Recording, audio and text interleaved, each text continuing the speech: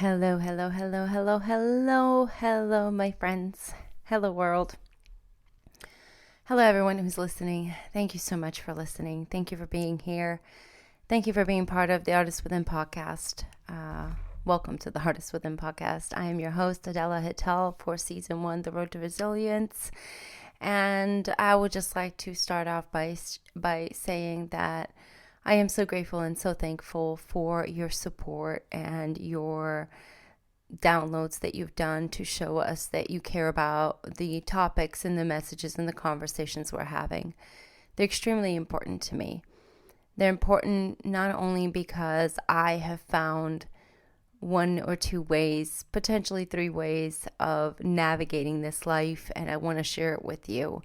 And I want you to see that and hear, but see that the conversations we have are the conversations that are needed to be had, and that they are going to impact and influence and change perspectives in a way that can shift them into a good consequence of life, a good result of life, versus the states of beings that are so altered and so defeated in feeling in its existence. And I just want to thank you because you listening, you downloading, you supporting, you sharing, you coming on, every single one of my guests so far and supporters that have been on to share their story, to have a conversation with me, to educate me and to inform me, to also help me advocate and reach many new listeners. I thank you because you're validating. Not that I want to seek that validation, but every part of a human existence wants to be seen, and that is a form of validation. And I thank you for seeing me, hearing me, being part of the community that's bringing awareness to mental health, to a way of existing that we don't necessarily, again, often talk about, to the depths that can impact a soul, to make decisions that are forever altering, that forever change not only their course of life, but every single being that they've ever impacted. And so thank you for your support. Thank you for, again, just being a part of my journey this whole time and sharing this mission with me, sharing this journey with me, and sharing also the burden and the weight of it, because it is a united front we must put on. So a couple of things I want to update you on this podcast, this episode. I can't even speak today, but then again, I can't speak any episode, can I? Today is a good day, I will say. It was a little bit difficult to want to navigate and actually follow through some tasks that I wanted to do, because mentally I am a little bit on the edge, if you will, because the amount of emotional stability I've had to maintain these last couple of weeks on the front line in order to navigate and continue fulfilling my own mission and hold space that is required of me. It takes a lot of energy, and it takes a lot on the body and on the being. And last night I definitely felt the effects of it. And it's all okay. It's all worth it, because I know what I'm here for, right? Like, I know what my vessel and what my journey is here for. I know that it's nothing more than to hold space for human beings and to have a conversation, to exist in a way that maybe we haven't thought to or seen to exist before, which is to experience this life for what it is. It is to be blissful. It is to be joyful, because your existence in itself is that, right? And that's something that I have been really, really leaning into these last couple of weeks, but specifically this last week and a half, 2 weeks now. And no, it's not even been 2 weeks. It's been a week and a half.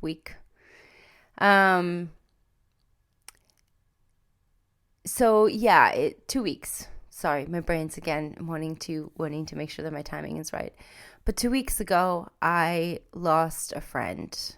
I lost him to a way that I did not foresee coming, nor did I want to see it that way to happen.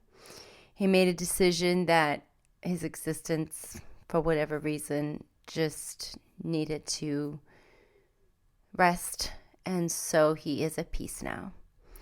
And I know he's at peace because every time I think of him, I think of joy and nothing but joy. The human part of me is questioning, the whys of the situation. The all-knowing part of me, and take that however you will, but the all-knowing part of me understands what has happened and where we're at, and that there's no way any single one of us truly knows a human being. One of the things that I personally understand is that there is many sides that every single one of us know, and we all present to each other. We all play roles and characters and these moments of us that allow us to navigate and circumvent this world. We put on shields and we put on barriers and put on these suits. And believe me, I've done them all. Have so much evidence out there to prove it all. This is as tame as Adela has ever been.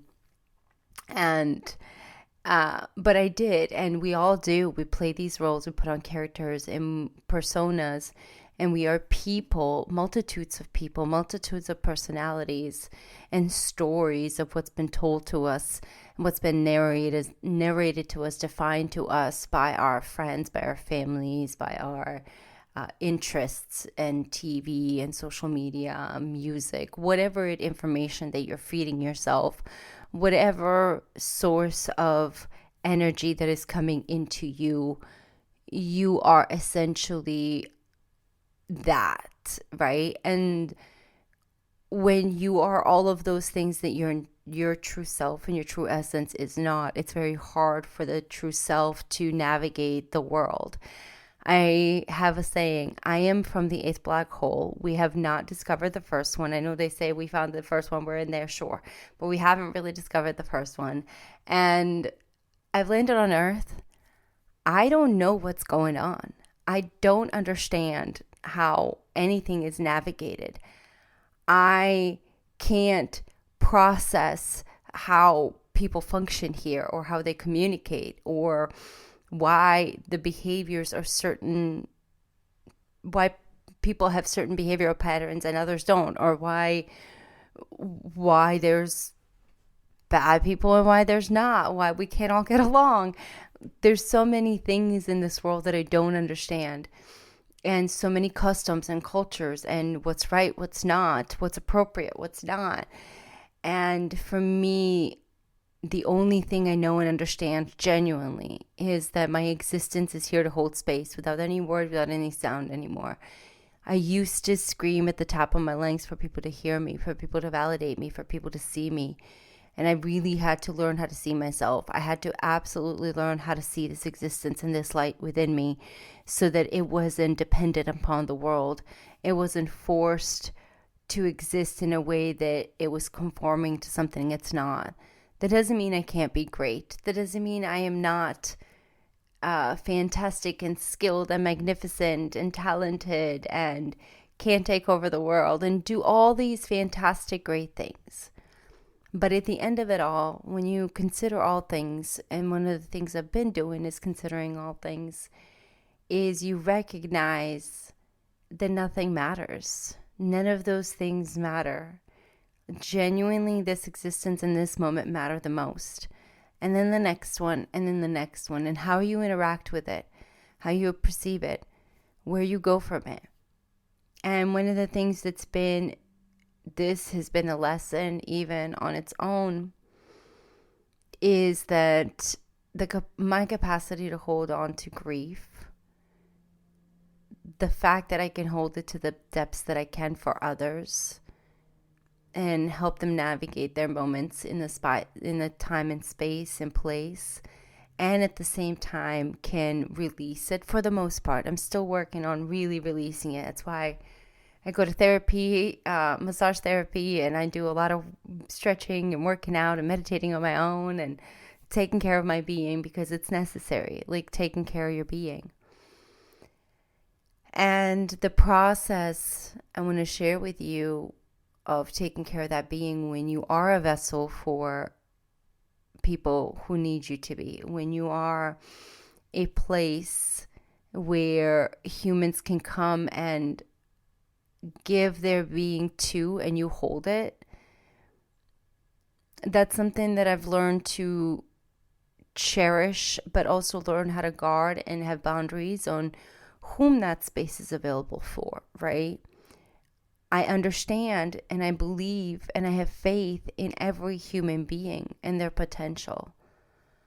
But not every human being deserves the right to my space, nor are they entitled to have my space be their holding space. I'm also not responsible for holding space for everybody. I get to, in this life and in this experience, decide and choose who is allowed to come into that space, who can not only in the time of their own need, while they need me to hold on to their weight of emotion and weight of the world, because it's overwhelming. Sitting in grief and sitting in a space and being in a place where you don't know and understand how to process your emotion and what you're going through is so heavy. And having someone hold that space for you and the capacity to just hold it and navigate through it and weave through it in a way that allows you to breathe and allows you to also be seen. It's a skill I didn't know I had, but it's a gift I didn't necessarily realize that I gained through my experience. And being able to take care of my own being to do that. And then also, like I said, who gets that now? Who gets to come into that space and have the freedom to unload their weight? Not everybody. That's something I've had to learn to create a boundary for, because just as much as I believe that every human being deserves to have that space, I am not for every human being to have that space. And that right there is okay. But I am for some, I am for most, or I am for none. And that's okay too. But knowing that that's what I'm here for, and knowing that that's what I want to do in my own existence and be a part of that, requires truly me taking care of my being. So how do I do that? How do I cleanse my own soul, my own temple, my own existence, so that I can navigate every day? So before my rebirth, before my giving into Christ and being part of faith that I have found in this journey of going home and being with God, I was really, really neglectful. That's the word. Neglectful. I was very neglectful of my own existence. It actually didn't matter whether my existence existed. I didn't even know it existed. I didn't know my being, that soul, that Holy Spirit within me, my conscious awareness of the greatness of my existence. Had no idea. And after my rebirth, after I had my moment, and that question was asked, do you want to live or die? And that decision was made that I wanted to live, and I wanted to live with every fiber of my, I will fight for my life now. I will fight for my existence. I will fight for my breath. And ever since that moment, I have been trying to, and working on, and have come very, I would like to say, and give my own self some credit, I've come a very good long way to have a conversation in a way, and my own personal faith that I share with God, right? And I'm only sharing this with you guys so that you understand where my frame of thinking is, not to persuade you anything, not to give you any advice, not to even encourage you into anything. Your path is your own path. I truly, truly believe that your path in this journey of spirituality and finding your own way in this universe is your own. And it is up to you to seek the knowledge that is required for you to find that path for you. It is up to you to feed yourself the appropriate words of wisdom and encouragement and love and compassion and kindness towards yourself in order to be able to feed it to the rest of humanity, and you'll find your way. And so that's what I did. I did that for myself. I learned, I listened, and I continued to. And yesterday I got my very first Bible, and which I'm excited about because it isn't something that I am necessarily, like I said, very forefront in my faith or in my religion or in any of that, because it's not the way I think about it. But my relationship with God, my relationship with my Father, there's no question about that. I am there every day now. And one of the ways that I pray and that I cleanse my own self after a day of giving myself to humans and serving, and whether that's serving through conversation or serving through a hug or serving through listening or serving through being a wife or being a mother or serving through being to my job, to this, to the podcast, to everything, no matter what that service is, at the end of the day, I will go and take a shower. And one of the things I started imagining in my own head when I go take a shower is that in my head, when I go into my shower, I'm walking into the temple of God. And I'm going home for the day, and I'm coming home, and I'm having a conversation with my Father, and I am telling him about my day. And I'm thanking him for giving me the courage to be able to walk through the world today when I didn't feel like I had it. The confidence to stand in my word and stand in my narrative when I still am navigating and defining it and working on refining what it means to be and how I'm going to be there to fulfill his service. I thank him for my hands because they had to carry so much for not only my family, but for my own dreams and for others, for being able to provide the comfort when in need and the love and support and compassion, for being able to build the things that I don't necessarily think that I can sometimes, and I don't give myself credit for. I thank him for giving me the strength in my feet and in my legs to carry me and my dreams and my weight and the weight of the world, and not my shoulders because that's all energy as I've learned, but my physical space, right? And so I look at my own body as a temple, and each part of me is a room that I thank. And I thank my organs. Literally, I thank my organs. I thank my liver for doing what it needs to do. I thank, my bladder for making sure that I go to the bathroom when I need to go. I thank all the other intestines and all the other things. I thank them for doing their jobs and working together. I thank my heart for pumping and doing what it needs to do. And then I thank my brain for having these crazy ideas and these wild dreams and ambitions that I don't think that I would consciously want to necessarily pursue on my own if it wasn't for this genuine, innate, subconscious, I don't know. I gotta thank that. I gotta thank this brain of mine that is just willing to continuously create because it has an unlimited power of that.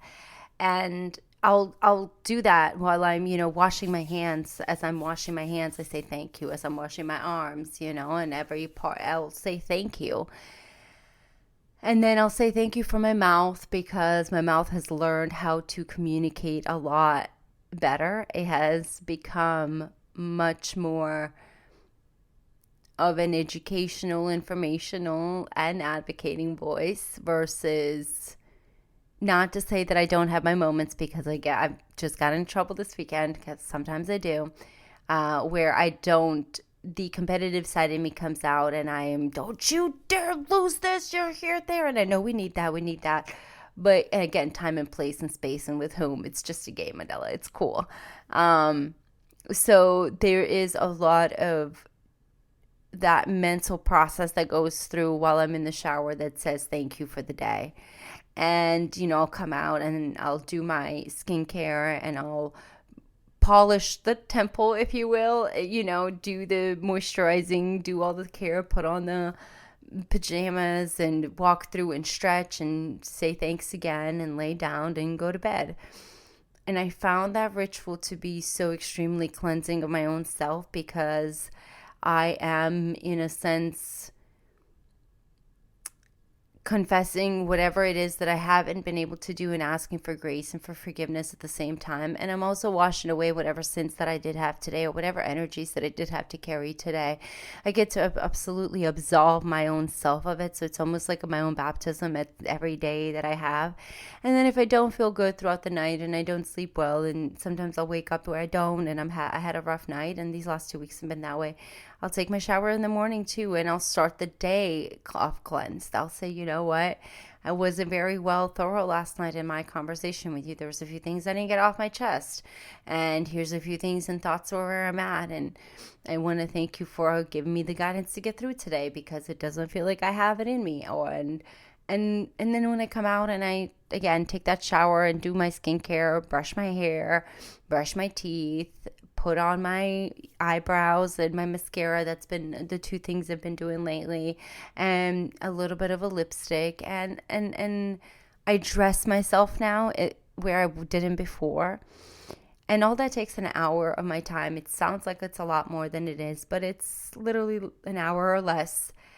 And I have this sense of grounding, a sense of control over my own being, a sense of accountability, responsibility for the tasks that I have to get done.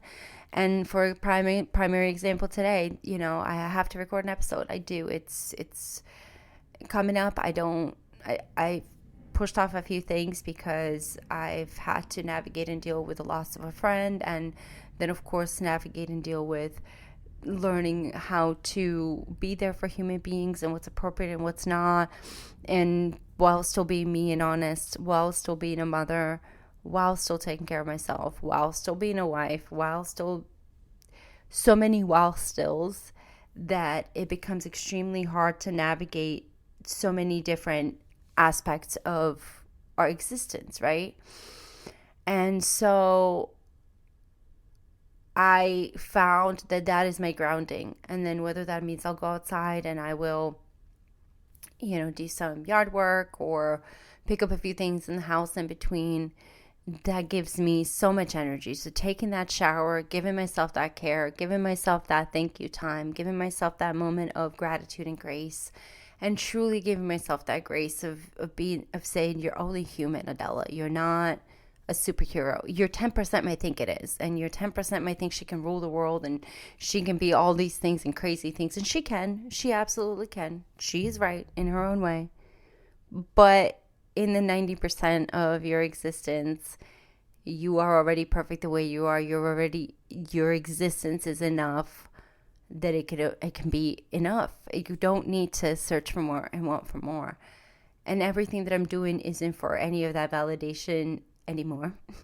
It had turned into redemption, and it was redeeming my own body and my own self so that the Holy Spirit could come back and reside, and so that I was worthy of having that temple to be clean, to be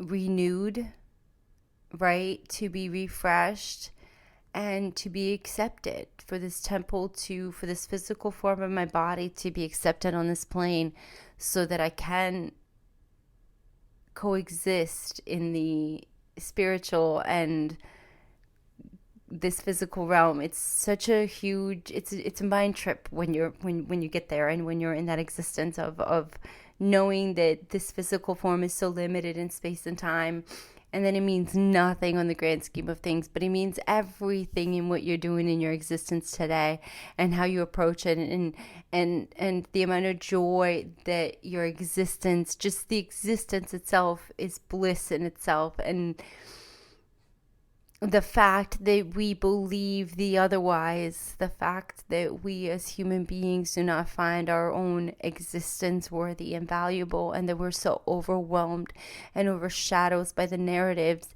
of everyone else around us, by our fathers, by our mothers, by our brothers, by our sisters. We are overshadowed by everyone else's narrative of existence, when in reality, your own is enough. You exist. And I am so deeply saddened that the world was robbed of a human whose light was so bright and so full of potential, and whose light just absolutely brought the most joy out of me, and whose energy and existence absolutely accepted everything around him except himself. And so I'm devastated by the fact that a light was extinguished.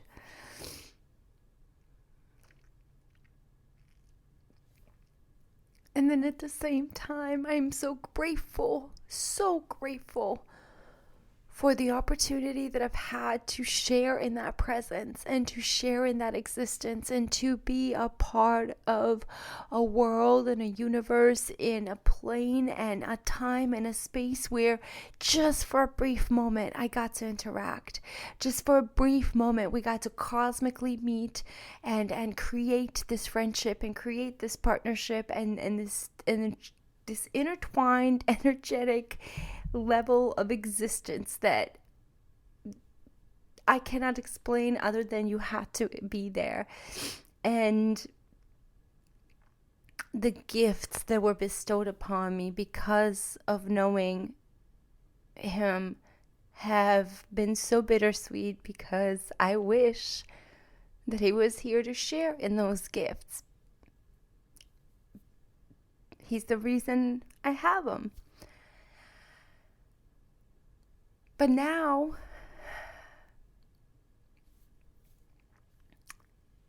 I've had time to reflect and to process and to go through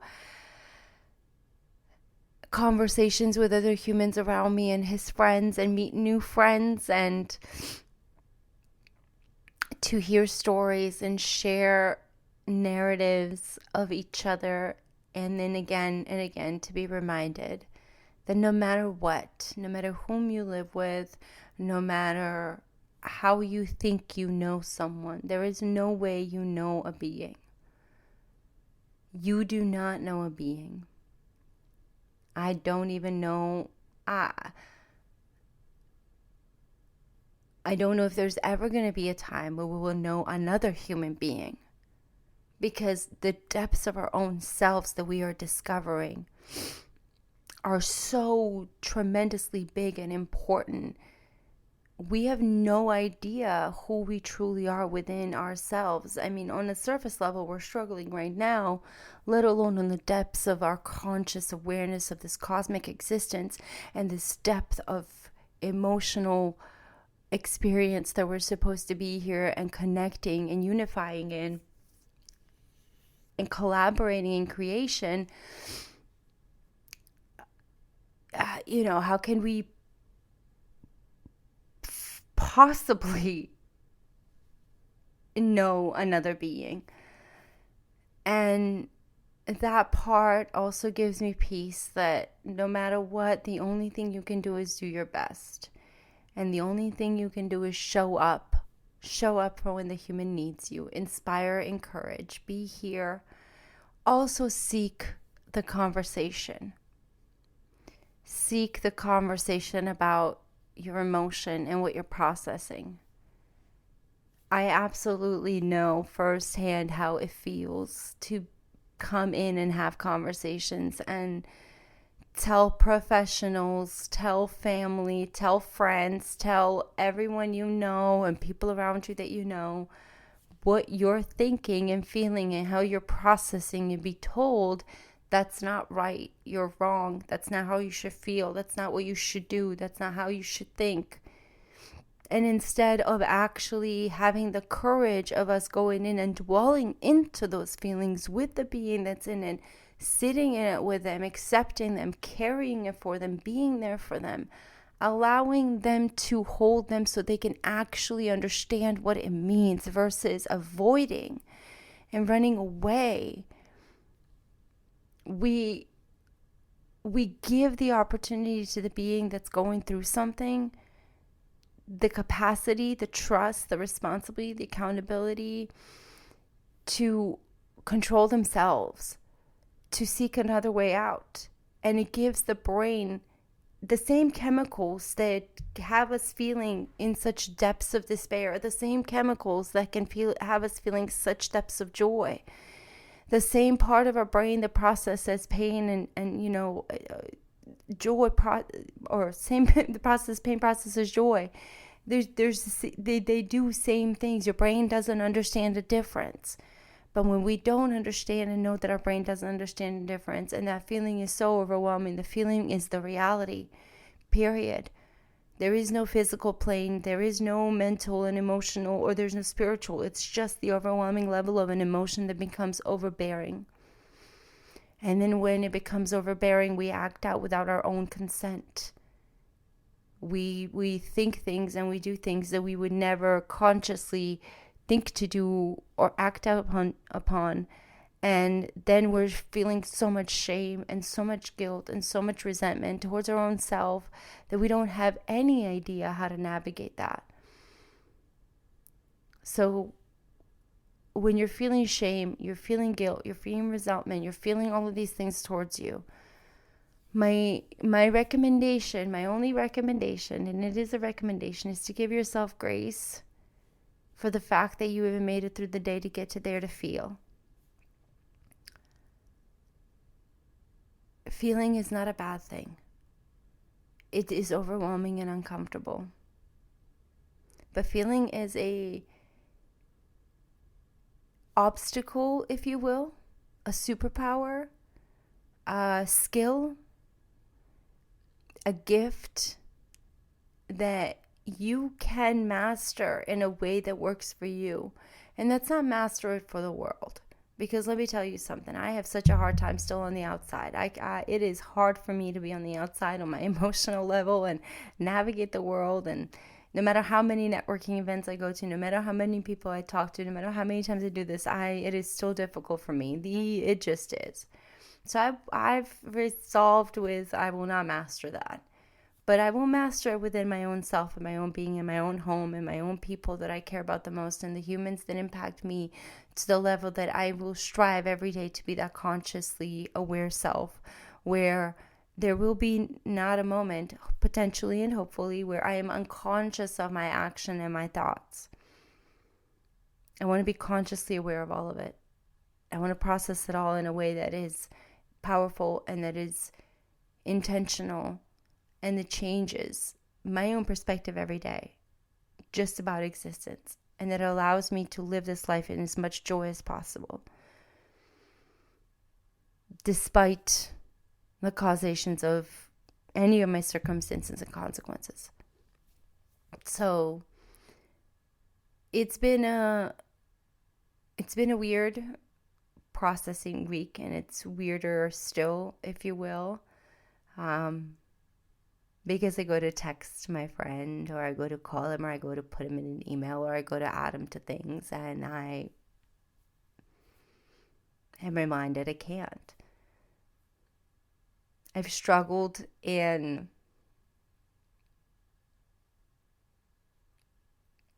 the loss of the knowledge, like just the knowledge of losing that light. But on the other end, I have been extremely resolved and again learned, even through this process, the capacity that I have to hold grief. And because of my own experience, because of a lifetime of it in a way that has been created by human beings and nothing more,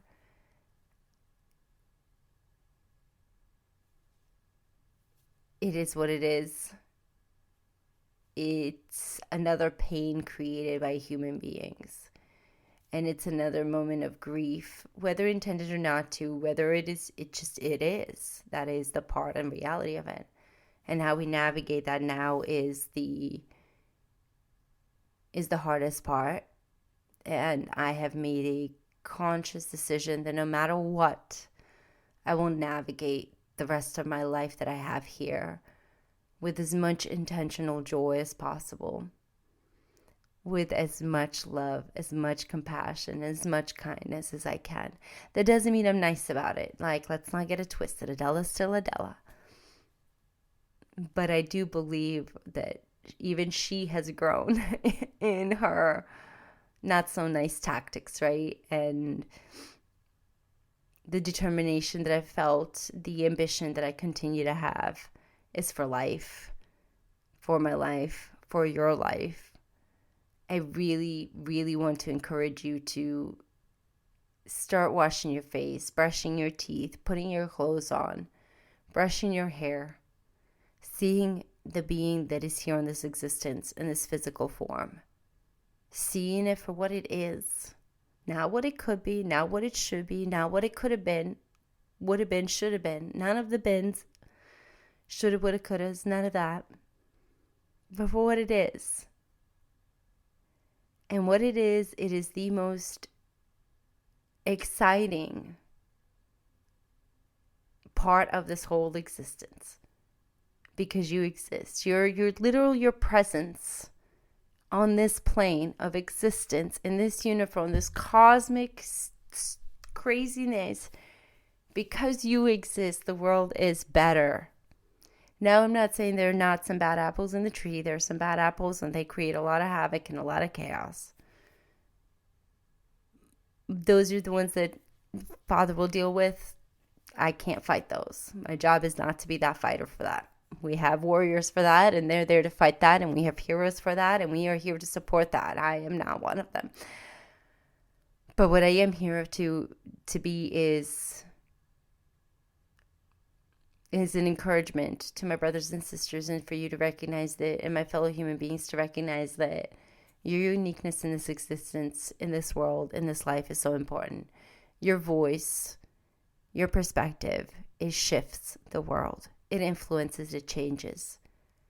But it absolutely requires, no questions asked, no nothing. It requires your decision and commitment to believing in yourself, to having worth in yourself, to having faith that no matter what obstacle, no matter what downfall you may have, no matter what triumph you're going to have,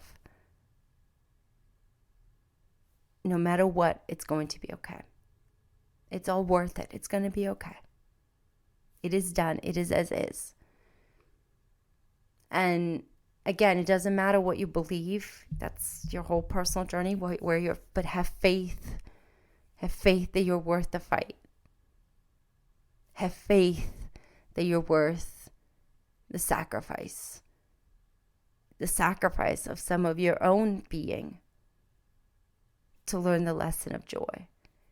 And I look back on my war now every day with not, and again, don't take me wrong, but not in a way that, oh my God, I'm so glad that happened to me. No.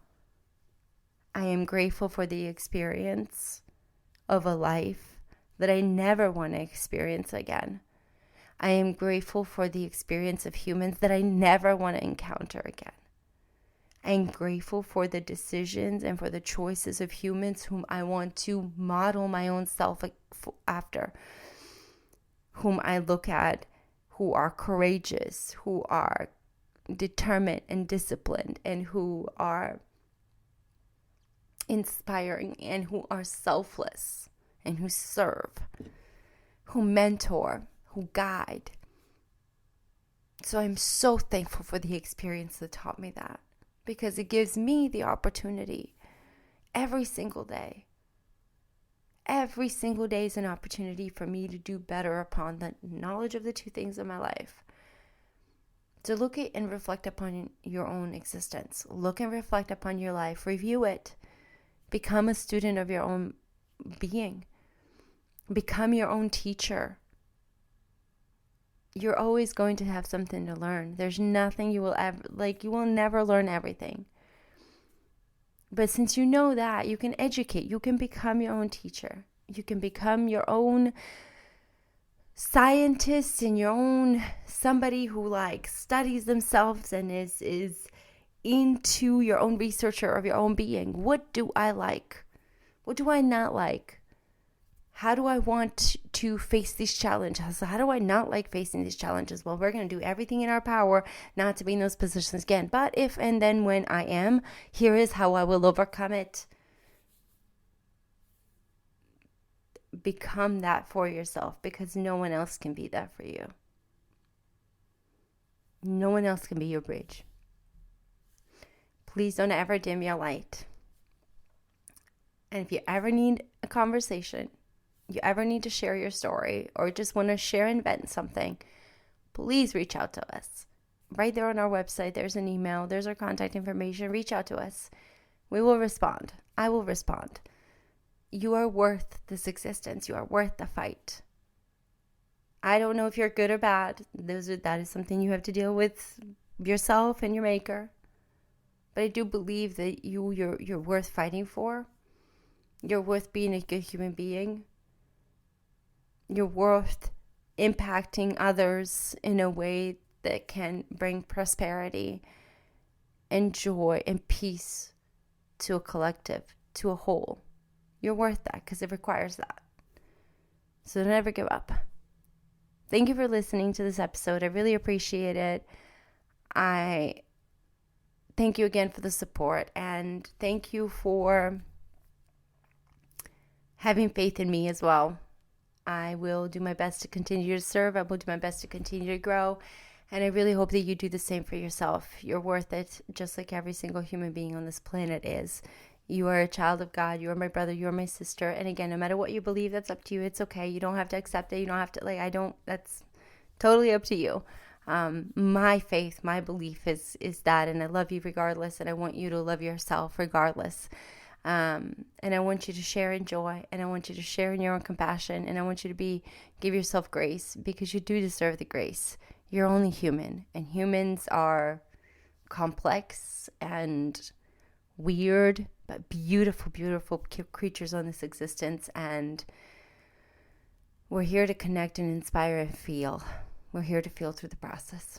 So until next time, again, follow, subscribe, love, do all the sharing, do all the good stuff. And I will talk to you in just a little while.